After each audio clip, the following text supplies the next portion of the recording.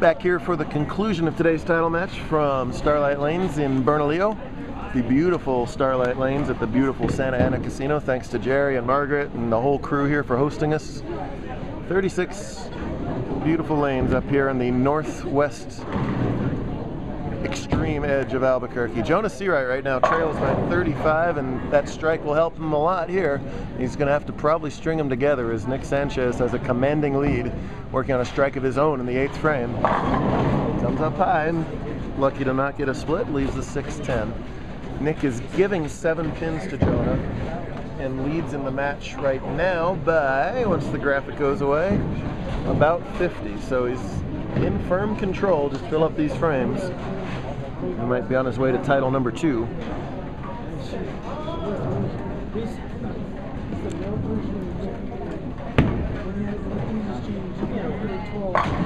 Good form, cross lane, has the spare.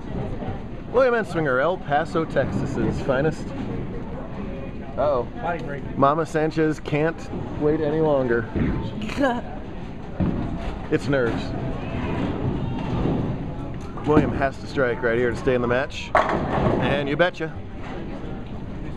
William had some well-documented struggles in the title matches back a couple years ago, and he just could not get over the hump. He got over that hump, but doesn't really want another second place on his resume. However, Paul Carper's having none of that, as he is just puring every shot right now.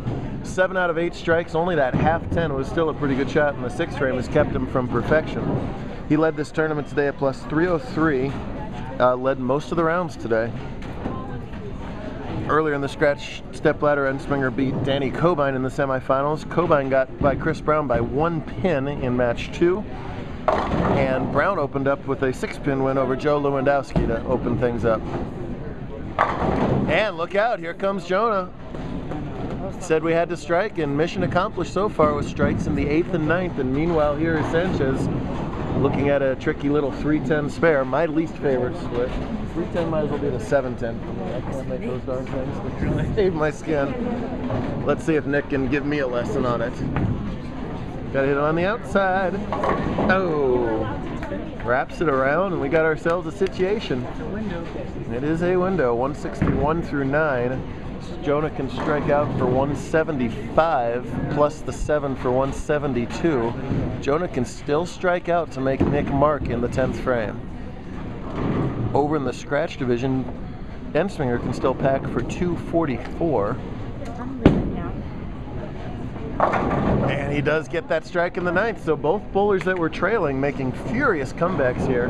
But will it be enough in either bowler's case?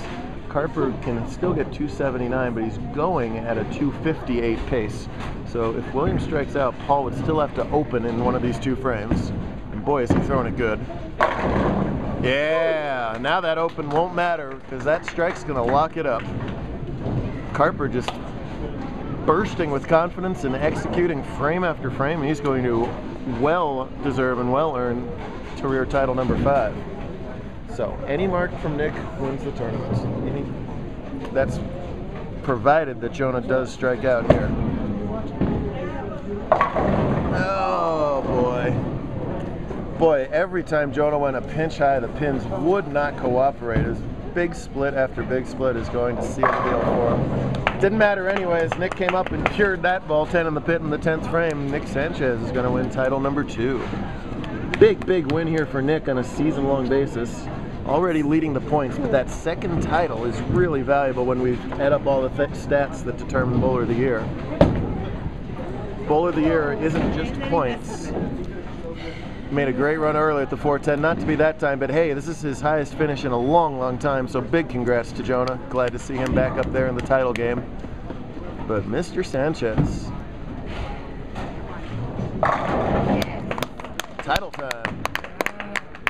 Bowler of the Year is not just points, it's points, tournaments bowled, cuts made, top 5s made, wins, and points per tournament. So getting that second win is a big valuable thing.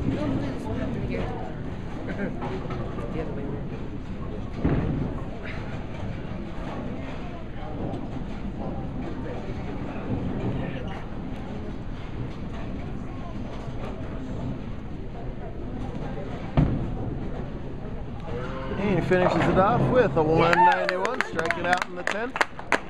A nice smile and a big win. Maybe it's the highlights. I don't know.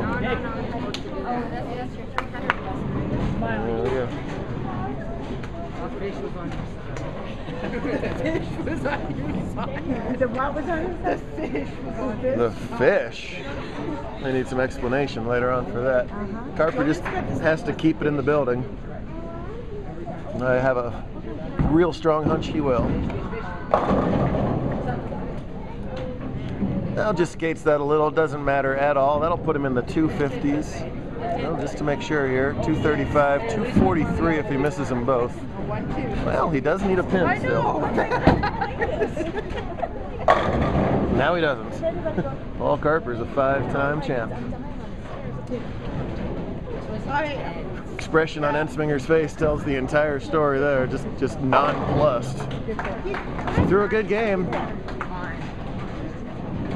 The side of that bucket is all 9 counts or strikes for Entsminger. Just Carper came out a house of fire there with that early front 5 and was just too big a hole for him to recover from. So he's got to stomach yet another runner-up finish.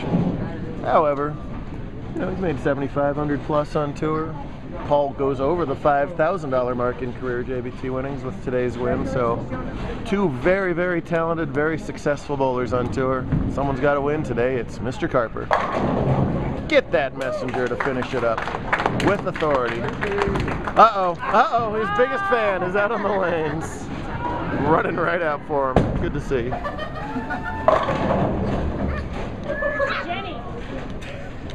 Well, and the Warriors to our 4 finalists, and we'll see you again real soon. Plaque Girl and Callista, Plaque Ladies.